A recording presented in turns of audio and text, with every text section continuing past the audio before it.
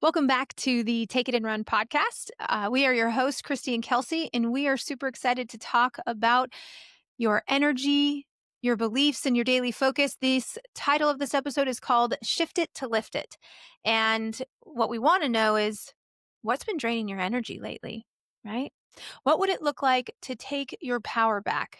Many of the conversations we're having with professionals right now is about how difficult it is in the industry, depending on what industry you're in. The sales cycle is harder, it's slower, and it's taking more energy than ever to stay in the game. So that's what we're going to dig into today, Kelcie. Yeah. And it's really not just about the market, right? You guys sell real estate, but you're people. There's other things that drain us that's going on inside of us, right? There's burnout, doubt, discouragement. So today's episode is all about taking your power back. The most important thing that you will walk away with today is knowing this. You may not control the market, but you will always control your mindset. And Kristi and I love the book Limitless by Jim Quick. So definitely a big plug for him. But one of our favorite quotes is, if knowledge is power, then learning is your superpower. So just have that focus today in this 20 minutes that we're together. Maybe it's 17 if you read it on 1.5 or listen to it on 1.5. I'm so guilty of that. We can barely listen to books at regular speed now. But the episode today, we're going to walk you through a reset tool that we called a PMR, and it's an acronym, but we'll get into it. You will learn and you can immediately apply it to shift your state, whether that's physically, mentally, or emotionally. So here's the deal. When your body is in a slump, your mindset follows. And so if you're with us on YouTube, I'm going to have you kind of look and follow along. And if you're driving, I just want you to mentally think about this, right? So if your body's in a slump, your mindset follows. And the reverse is also true. So let's talk about physiology. And what is physiology? It's your physical state, or think of it as your posture, your breathing, your body language, your tone, your facial expressions, which, by the way, funny side note, I was working on creating a HeyGen avatar, and I am very expressive. So we actually decided that there's not going to be an AI Kristi. There's only going to be the original, because I can't stop fluttering my eyes, shaking my head, moving. I'm much too apparently crazy in my physical state, but your body sends messages to your brain. So we're going to do an exercise together, and Kelsey's going to follow along with me. And I want you to slouch. I was already doing. I want you to slouch, and I want you to kind of breathe shallowly. And I'm kind of putting a sad face on, and maybe even a little bit of a frown. And you can also hear my voice is just a little bit tired. And now I want you to imagine making a sales call. Yeah, right? Like, does that sound fun? No. No. I mean, does that sound, I mean, could you imagine if I called you up like this? If I was just like, hey, Kels. Is that what a lot of your coaching calls are like anyways? Nowadays? You know what is interesting, Kelcie? I actually can tell how my clients are, like, from the moment they come into the call, because we do our calls via Zoom. I can actually see physical state and expression, like excitement or discouragement and depression. So we all know what that feels like. Now I want you to shift it. Okay. I want you to put your shoulders back. I want you to sit up tall. I want you to smile, right? I want you to, like, just think of something really exciting. Think of something funny, right? And now take a deep breath. And now imagine calling your best friend, right? With the most exciting news. You found the best taco spot, right? There's such a difference. I have a physical routine that I do every single morning that is just to get my physiology, like, in place. There are cues that help me trick my brain, even if I have low energy, but that your physical state is so So I have some rituals and things that I do. I have cues like music and other things, but I have a mini trampoline. So a lot of times if you follow me on Instagram or Facebook, you'll see that a lot of times I just get up and I jump on my trampoline for just even a minute if I need to. I learned this from Tom Ferry, but you put your arms straight up in the air, just walk around your office, clap, kind of get excited. There's so many things that you can do to trick your physiology to help you get where you need to. So a couple of the cues that I would say is like if you need to make calls, if you are not excited for the day, you should definitely do something physical to get you there. Go for a walk, right? When your energy dumps, get up, go for a 5-minute walk. I like to jump on my mini trampoline or a rebounder, lift my arms up in the air. I like to tap myself on the chest. And something that we learned from Tony Robbins, because Tony Robbins says, emotion is created by motion, is I have a couple little power moves that I do. I'm not going to share them with you because if you saw me doing them, then you'd be like, "Oh, Kristi's putting herself in a physical state to, for high energy." But you should have a power move. You should have something that you do to help you kind of trick your mind if your mind is not there. Your physiology absolutely can impact how you show up on calls and on appointments and in life in general. Let's talk about a story real quick, Kelcie. So I was reading a book called Cues recently, and one of the examples she shared, this is so fascinating. There was a gentleman who had just gotten a new job, and he washed all of his laundry to get ready to start this job. And when he put on his shirts, he realized that he had shrank all of his shirts. Right? Can you imagine the horror? Like you're going to show up to your first day and you don't have anything to wear. So simple. All he did was he rolled up the sleeves. Right? So he was like, hopefully, if I roll up the sleeves, no one's going to notice that I shrank all my shirts. So it was very, very interesting.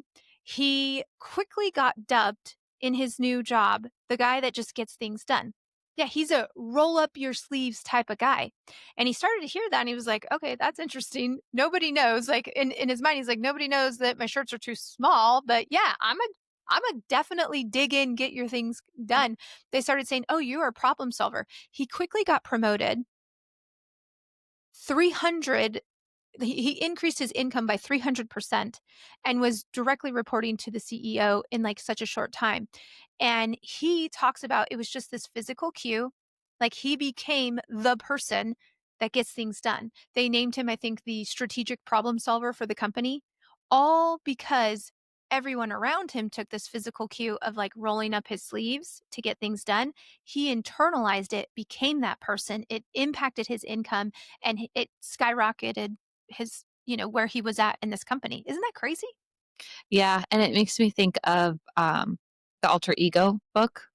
Todd what's Herman, yeah, Todd Herman. So he talks about, uh, how he used a pair of non-prescription glasses as a physical trigger for ego. So think of if you haven't read the book, think of Superman and Clark Kent, right? And, he would put them on, and he activated the performer version of himself. And that's just such a powerful method of getting into the right mindset. And it also, I think, helps people to know that you don't have to be on all the time, especially as salespeople. That's where burnout comes from, as well as taking on too much that you can handle and all of that. But you don't have to be the performer all the time. So, what cue do you have that makes you go into that mode? One thing, like Christy said, if you're watching or whether you're driving, you can do this. What I suggest is visualize a person who does your job at a kick ass level. What do they look like? What are they wearing? Are they wearing combat boots or are they wearing heels? Is their hair up? Is their hair down? Are they wearing a blazer or are they wearing a branded tee? And it could be, or are they wearing glasses or whatever it is, it's personal to what you visualize. We know agents that put on their listing appointment blazer or their signature shoes before presentation. It's just something that makes them feel powerful. They don't wait to feel confident. They dress confident and let the physiology follow. Um, I like that. They Yeah. don't wait for the they, they just they make it happen. Okay. Yeah. Yeah. And it's same with not just like what you put on or wear. It's like Kristi was talking about earlier, whether you're slumping or standing up tall, like people who sit or stand in power poses before stressful events show greater confidence and better performance in numerous studies. And this isn't new information, but something that I've done several times, whether it's business or going on a date, or my best friend is going into labor and I'm her doula and I forget everything that I was supposed to have in my brain to help her with.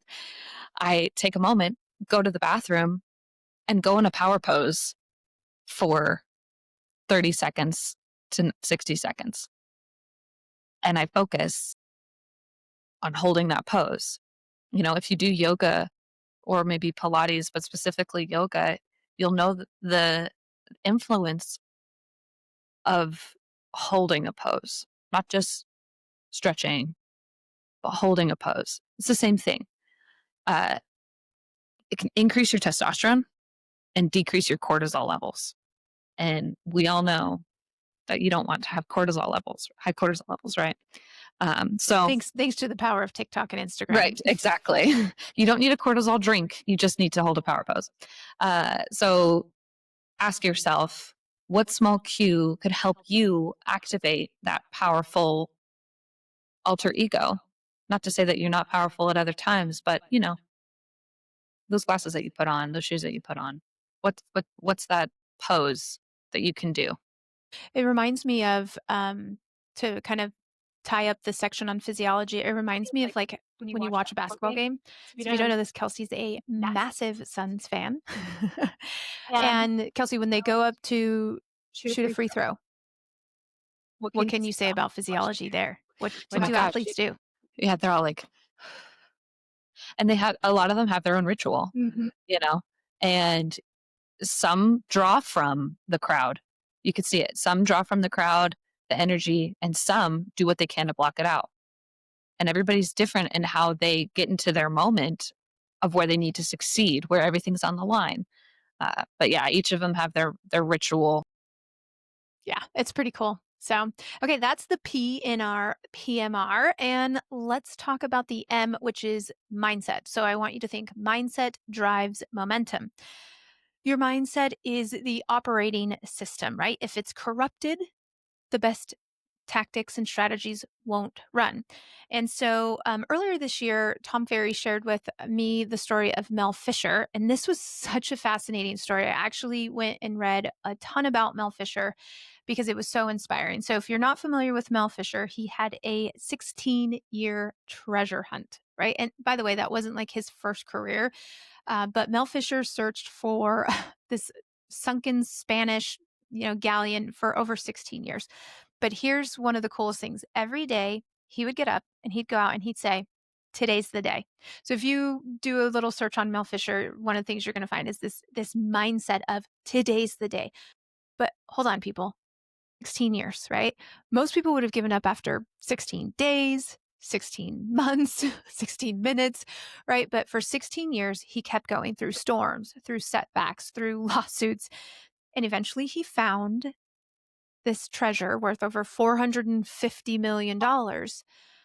And I start to think about that. I was like, that's us right now, right? Like some of us are out there showing up, making calls, doing open houses. By the way, yesterday it was 118 degrees here in the Phoenix metro area, showing homes in 118 degrees when a seller turns off the air and your buyer's like, yeah, this isn't the one. It reminds me of Mel Fisher of like, is this ever going to happen? Am I ever going to help this family find a home or sell a home? Right.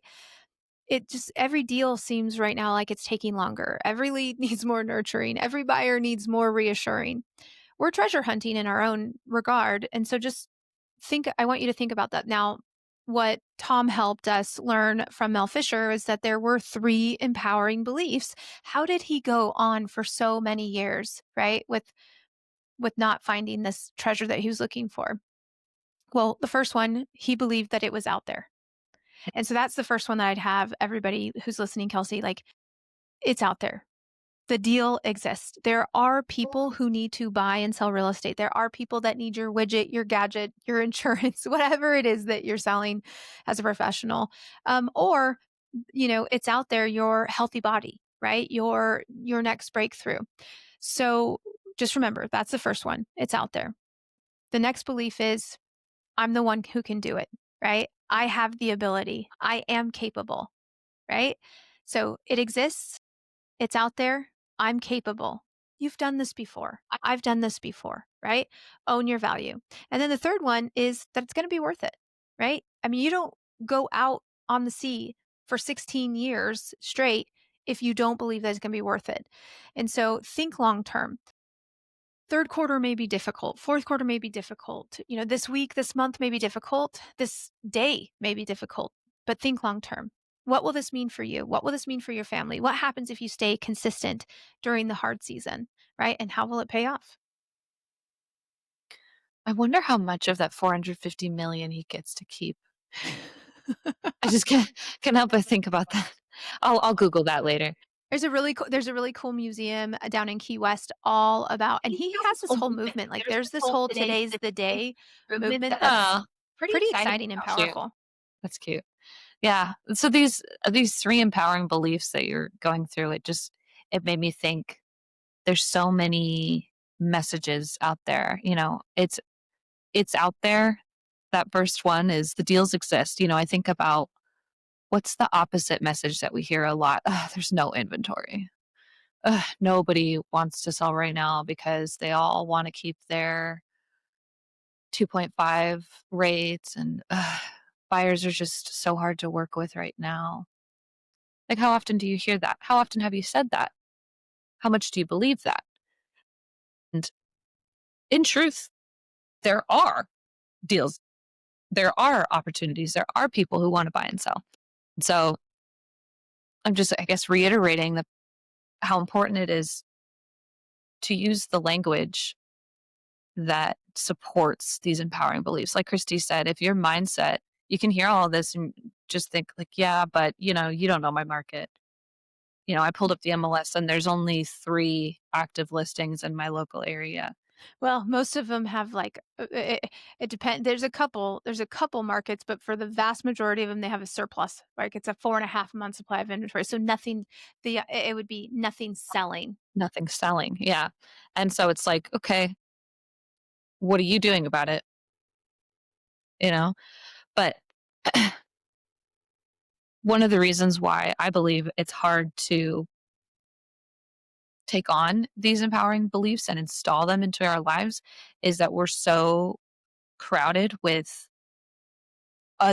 projects and other things that you can be doing. And one of the things that helps me in I was copywriting for a while, and one of the things that helped me when I felt like I was drowning in too many clients, too much stuff, but I was afraid to let anybody go because there's money, there's opportunity, there's experience. I read the book 10x is easier than 2x by Tom Hardy, Ben Hardy, and Dan Sullivan. And they talk about how 10x is fundamentally 10xing your business. While it sounds harder to do more, it's not doing more. It's fundamentally about quality versus quantity. The quality of your freedoms determines the results that you achieve. And 2x is taking more time, effort, and resources in the long run, while 10x prioritizes a handful of high impact actions to create exponential results. So it's essentially, too long didn't read, zeroing in on where your superpower is, what you like to do, and saying no to everything else. 2x thinking is about doing more. 10x thinking is about doing what only you can do, which helps to avoid burnout and imposter syndrome, because a lot of times maybe you shouldn't be doing what you're doing, you know, but you go into survival mode and it isn't about surviving the market. It's about becoming the version of yourself that leads in the market, right? We want to be those impactful agents or whatever your main business is. So I you want to ask yourself, just to wrap up this segment of mindset, if you fully believed that you were the right agent for this moment, how would you act differently? Yeah, that you were worthy, you were capable. Oh, I love that. So that's our P and our M. Let's get into the R, which is the rituals or the daily rituals that reset you. So it's the little things that you do daily, they add up. They shape your energy, they shape your confidence and your performance. So we're going to go through 4 resets that you can do this week, and I'm going to share with you some examples of some that I've personally used in my life, and Kelcie might have some that she's going to share too. So the first one that I would have you contemplate on trying is a gratitude reset. So it's really cool. I love this book called The Happiness Advantage. I feel like we're dropping a lot of books today, but that's because we're talking about a really big topic. But there's a book called The Happiness Advantage by Sean Aker, and he specifically is a researcher of happiness, and he shares about this idea of 21 days of gratitude and how it rewires your brain for positivity and it increases dopamine. And so when my triplets were little, so we have 3 children. Our youngest, we call them the we call them the babies, although they're 12 now. But they're all 11 months apart. And there was a time when they were babies and in diapers. It was so exhausting. And I was fairly new to Instagram at the time. So this is like 11 years ago. And I just knew that I needed to focus on gratitude. I was like, you know what? I'm just going to focus on gratitude. And I set a challenge for myself. I said, I am going to do a gratitude post on Instagram. And at the time, Instagram at the time was everything had to have a photo. So it was different than Facebook because you had to have a photo with it. And some days, Kelcie, it was so hard. Some of the ones that really fundamentally changed me that year. One post, and oh, by the way, I used the hashtag 365 grateful Jencks. And it was fun because I actually went back to it when we were preparing for this podcast, and I looked at some of them. And there was one that was just a picture of like black. And I remember I had the lights were out, and I just like took a picture, and I think it said, "I'm grateful that I get to go to bed." I was so tired. And then there was another one where we had 3 high chairs, and at this stage, the babies were throwing food.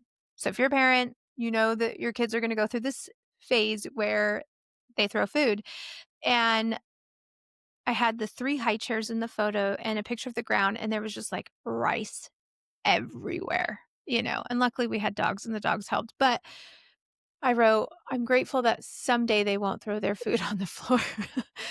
Um, Yeah, grateful for future. So if you're struggling right now, gratitude is probably one of the easiest ways. Like, and Sean specifically speaks of to the fact that you can't say you're grateful for the same thing. Like you've got to find something different every time. But it does rewire your brain for positivity and will increase dopamine, which will help your mood. Hmm. Yep. And I love, before I get into uh, my next one, the thing that I really liked about Instagram is that it was trackable. And I think as we're talking about daily rituals, especially pertaining to hopefully resetting your mindset, is to have something to track what you're doing. Like, remember bullet journals? Those are fantastic. Or even if you just keep a notes app of what you did. So knowing that, maybe if you're somebody that likes to do that, know that as we go into these next ones, because you want to make note of these things and look back and see, oh, no, yeah, it did make a difference. And also for your own accountability, maybe it's on a calendar, you know. But so my next suggestion is to give a specific compliment every day to somebody, whether it's a client, teammate, friend. It doesn't just make them feel good. It really does increase oxytocin in you, the happy feeling, right? Like if you're somebody, like I work from home, so some days I don't even 2 days in a row I don't even leave the house. Um, but you can call or you can. That's why I thought having a tracker is so helpful, because you have something visual in front of you telling you, I haven't done this yet. I gotta go to the store and I'll tell the cashier, I like your glass. you know? activating your RAS. Yeah. So you're absolutely right. Like, let's tie in 1 and 2 together. Yeah. Knowing that you're going to give a compliment, you're gonna start looking for something to compliment. No, that's exactly what happened, like, on my hardest days, like, the days where the babies, like, woke up and took their diapers off and decided to paint their room with that, right?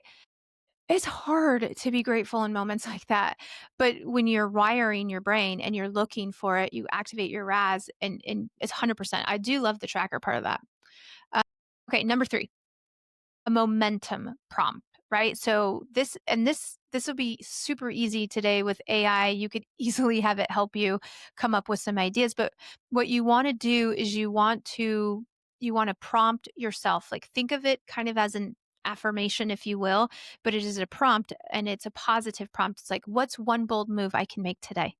Ask yourself the right questions. Tony Robbins always says, like, if you don't like the answers, ask a better question. So ask yourself, what's one action I can take today to build momentum? What's one uncomfortable but powerful move I can make today? So just, that prompt, that question to yourself, it could also be in the form of an affirmation. You want it to be positive, but it's that encouraging, momentum prompt to make progress today. Nice. I like that. Journaling or AI, Yeah, whatever mode. explore it.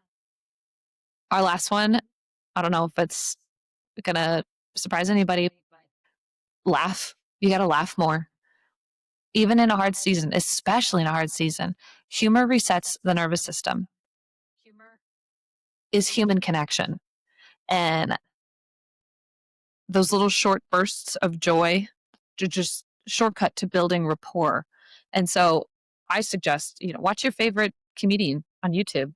Kevin Hart uh, is always is always a blast, but there's different types of humor. There's different levels of explicit. There's, whatever it might be.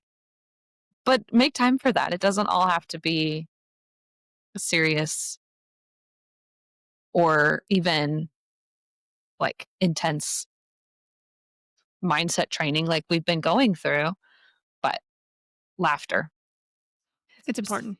Yeah. As we wrap up this one, ask yourself what's one ritual that you'll commit to this week? A little take it and run moment. What's one ritual you'll commit to this week to start your day on purpose? Alrighty. So that was our PMR physiology, mindset, and your rituals, specifically your daily rituals. So your body is your shortcut to better energy. Your beliefs are your fuel, or maybe even your friction to get started, and your rituals are your reset. So here's what we'd like you to do, right? We want you to pick your one power up.